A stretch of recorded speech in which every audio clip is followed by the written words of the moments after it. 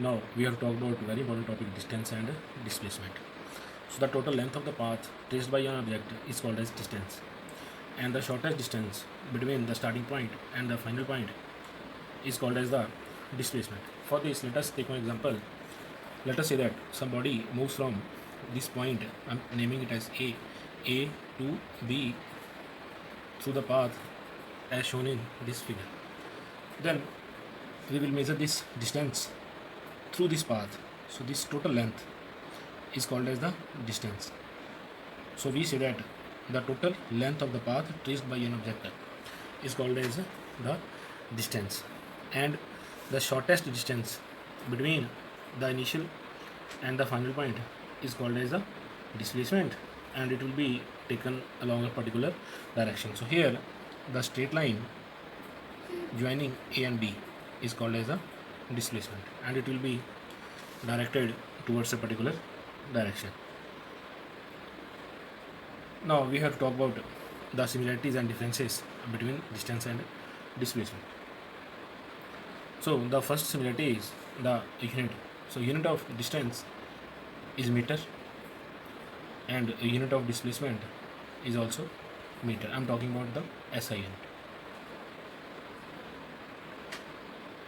Distance is also measured between the starting point and the terminating point, and displacement is also measured between the starting and the ending point. Now we have to talk about the differences. So the first difference is in the notation. So distance is represented by or denoted by S, and displacement is denoted by S vector.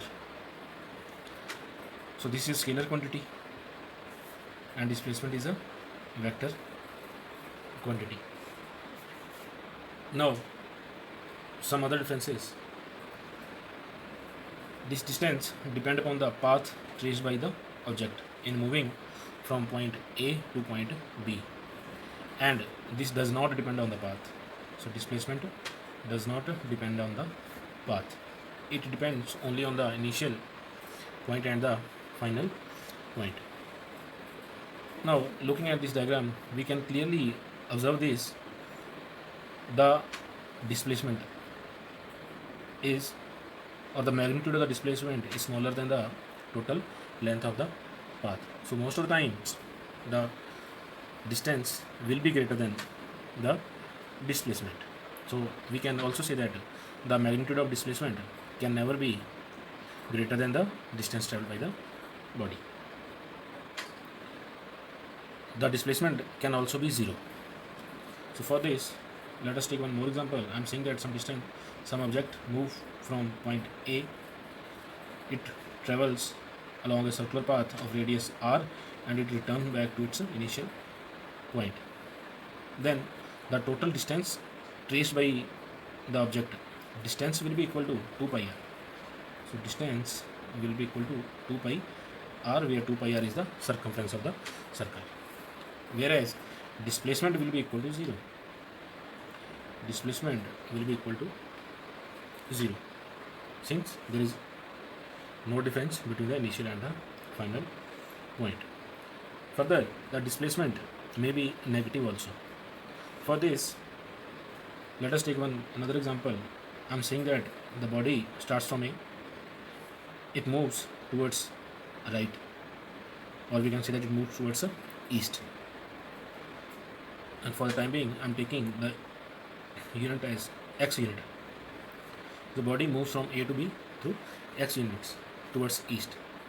From B, it returns back towards west and moves for 2x distance, moves for 2x towards west and reaches C.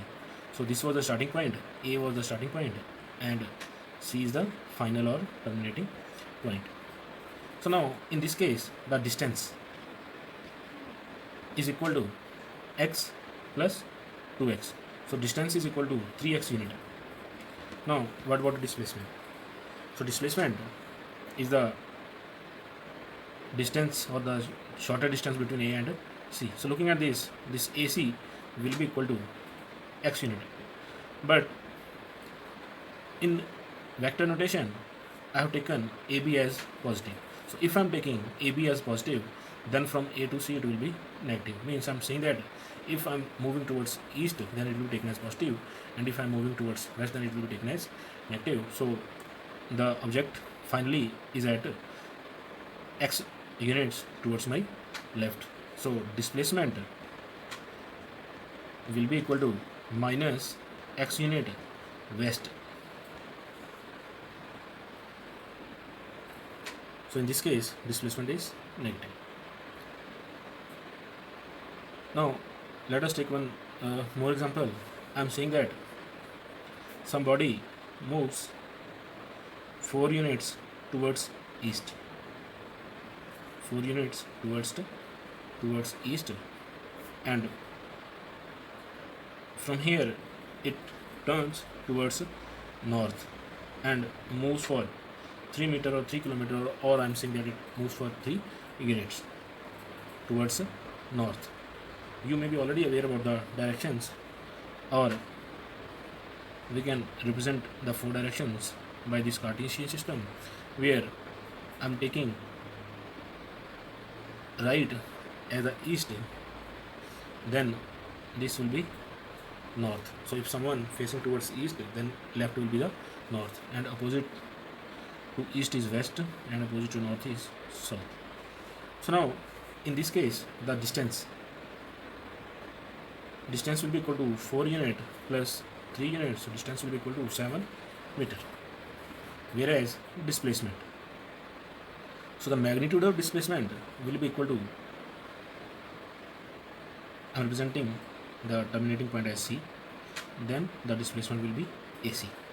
So since this is a right angle triangle, then by using Pythagoras theorem, we can calculate this as under root 4 square plus 3 square, so that will be equal to root 25, so that will be equal to 5 meter.